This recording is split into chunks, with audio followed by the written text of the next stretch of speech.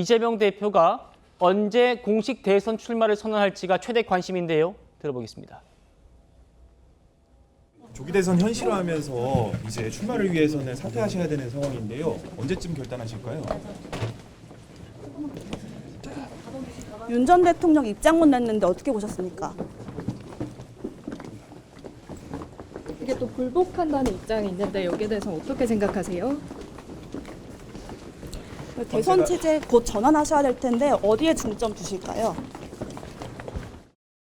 현직 대통령이 두 번씩이나 파면된다는 것은 사실 매우 안타까운 일입니다. 지금 제일 중요한 과제는 신속하게 나라를 안정시키고 우리 국민들께서 편안하게 생업에 종사할 수 있도록 또 경제나 민생을 안정시키는 것이 지금 우리가 해야 될 제일 중요한 과제라는 생각이 듭니다. 사회 갈등 좀 예상되는데요. 혹시 이 보관 있으실까요? 갈등이 지금 현재 상태가 최고조일 텐데 어쨌든 국가적 분열이나 대립 갈등이 최소화될 수 있도록 우리 민주당도 저도 노력하도록 하겠습니다. 이재명 대표는 대선 출마 선언 언제 할 거냐 이런 질문에 답을 안 했습니다만 결단의 시간이 길지는 않을 것 같습니다. 친명계 한민수 의원 목소리 들어보시죠. 조기 대선 구매로 넘어가잖아요. 네. 그럼 이재명 대표는 출마를 하실 거고 당 대표직은 사퇴를 할 거 아닙니까? 플랜이 나왔습니까, 당에서? 뭐 당에서 공식적으로 그런 논의는 없었습니다. 자연스럽게 우리 국민들이 원하지 않습니까? 네네. 그렇기 때문에 대표께서 출마를 위해서 당 대표를 직을 내려놓으실 거고 우리 당도 2017년도도 이제 그런 일이 있었죠. 박근혜 대통령 탄핵 때도 그러면 바로 이제 조기 대선을 위한 이제 당내 경선 준비에 들어가지 않을까 싶습니다. 성춘 부장님. 예. 바로 이번 주말에 당 대표직을 사퇴할 수 있다. 이번 주말에 대통령 선거 출마를 위해서 당 대표직을 사퇴할 가능성 있습니까? 지금 뭐 공식적으로 나온 입장이 아니기 때문에요. 저는 제 개인적인 의견으로는 다음 주 월요일까지는 가야 될 거라고 봅니다. 네. 주말 중에는 그런 결심을 내리기는 어려울 것 같다. 왜냐면은 사실 지금 각 당 그 국민의힘도 상황도 마찬가지고 민주당도 상황도 마찬가지입니다.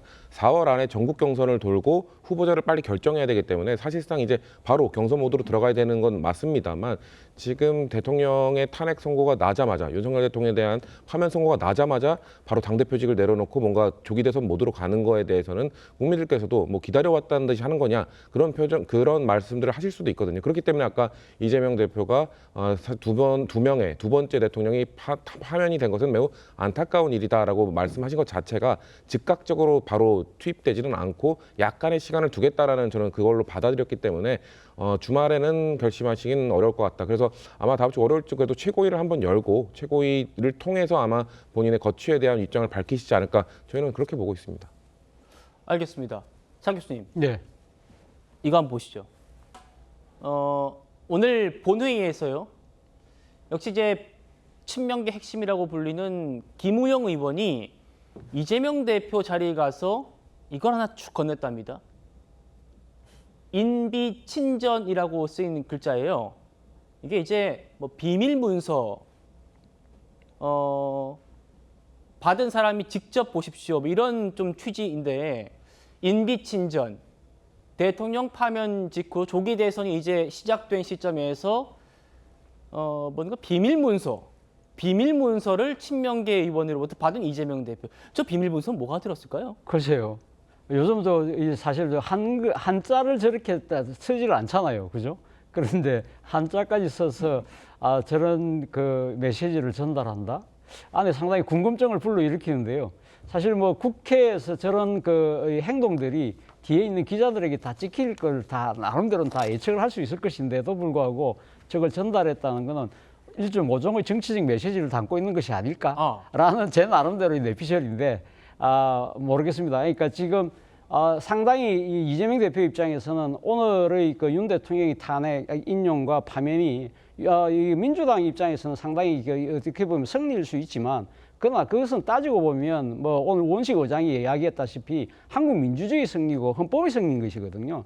그렇다고 한다면 이런 상황에서는 상당히 나름대로 이 태도를 절제하고 겸손한 모드로 갈 필요가 있다. 그런 분처의 측면에서 본다고 한다면 저것이 어떤 정치적 메시지를 담긴 행동이라고 한다면 그렇게 좋아 보이진 않습니다만 꼭 그렇게 해석할 필요도 없겠다는 생각도 듭니다. 한편으로는 앞서 제가 말씀드린 대로 나름대로 지금 이 전국이 아직까지는 혼란스러운 상황이기 때문에 이 상황을 어떻게 헤쳐나갈 것인가에 대해서 여러 사람들로부터 이 건의를 듣겠죠. 그렇다고 한다면 그 건의를 전달하는 사람의 입장에서는 자신의 신분을 드러내지 않고 뭔가 이 지금 메시지를 전달하기 위해서 저렇게 내밀하게 아마 이렇게 전달하는 그러한 방식을 선택한 것이 아닐까라도 생각도 듭니다. 예. 민주당 관계자에게 저게 뭘까요? 라고 물어봤더니 아무래도 조기 대선이 펼쳐지니까 뭐 선대위 인선이나 뭐 이런 쪽일 수도 있겠다라는 얘기를 우리 취재진이 좀 듣긴 한답니다. 인비친전, 저 비밀문서에 이재명 대표만 보세요라는 비밀문서에 뭐가 들었는지 저도 좀 궁금해집니다. 이재명 대표가 조금 전에 당대표직을 사퇴하실 겁니까? 라는 질문을 받았는데 이렇게 답했답니다. 아직 정해진 건 없다. 아직 정해진 건 없다. 일단은 좀 유보적인 입장을 보이면서 첫날이니까 대통령이 파면된 첫날이니까 이런 메시지를 내는 것 같습니다. 윤기찬 위원장님. 이재명 대표가 파면 선고 이후에 비공개 회의에서 이런 얘기를 했대요. 국가적 위기 상황으로 좋아할 일은 아니다. 행동 등을 절제해야 한다. 절제하자 이제. 어떻게 보세요?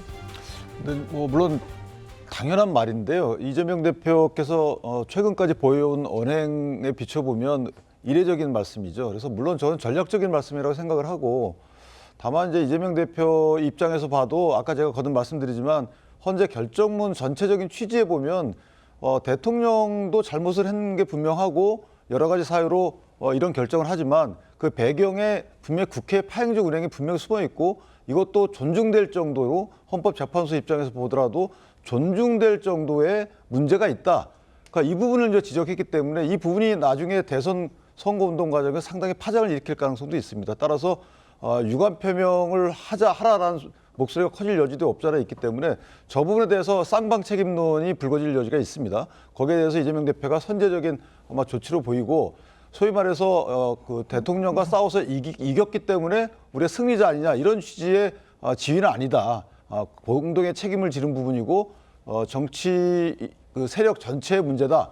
그래서 이걸 앞으로 어떤 식으로 국민께 어필할지에 대해서 예를 들면 개헌안으로 본인이 어떤 걸 던질지 자 이런 문제가 있기 때문에 우리는 앞으로 이렇게 해결하겠습니다라고 개헌안으로 씹어 던질지 아니면 정책으로 그 비전을 밝힐지 모르겠지만 어쨌든 본인이 판단하실 때는 이 국민적 시각에서 따가운 눈초리가 나한테도 온다 이런 취지의 아마 정치적인 감각이 아니었을까 뭐 그렇게 생각합니다. 알겠습니다.